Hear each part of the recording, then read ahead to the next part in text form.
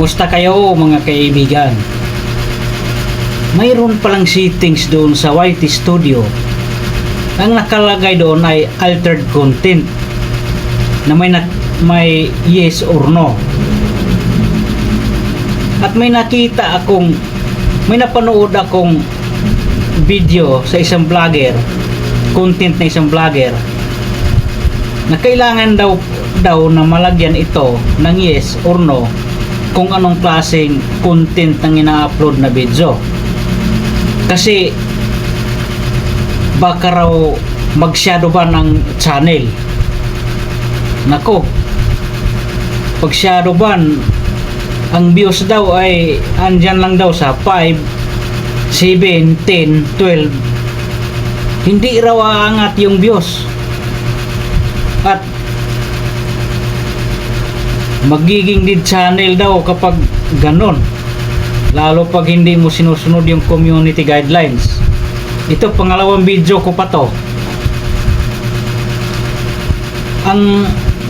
Kung ang videos daw na ginamitan ng AI, katulad ng may mga dinagdag na hindi ka panipaniwala, katulad ng background, katulad nito, yung background sa likod na pinalitan ng kabundukan, may mga building, o yung may nagsasalita na hindi totoong siya ang nagsasalita nun, AI daw yun.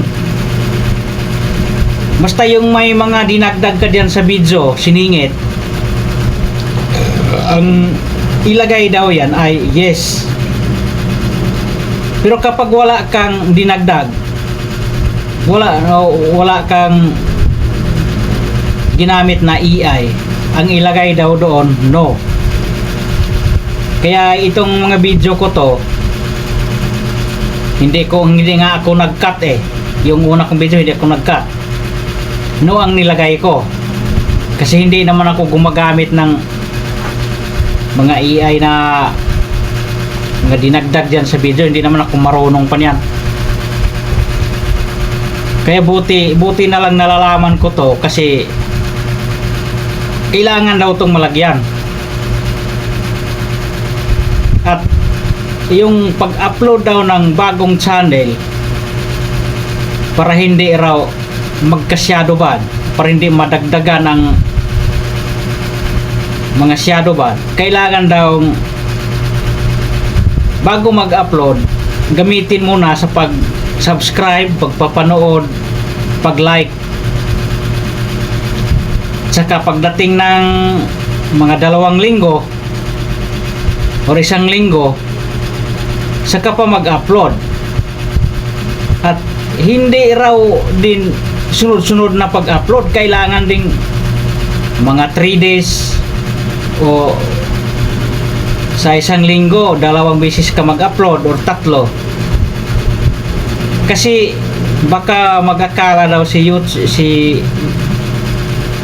YouTube na spam channel daw. Yun bang gumagawa ng ibang channel para panuorin yung ang mga video sa main channel nila.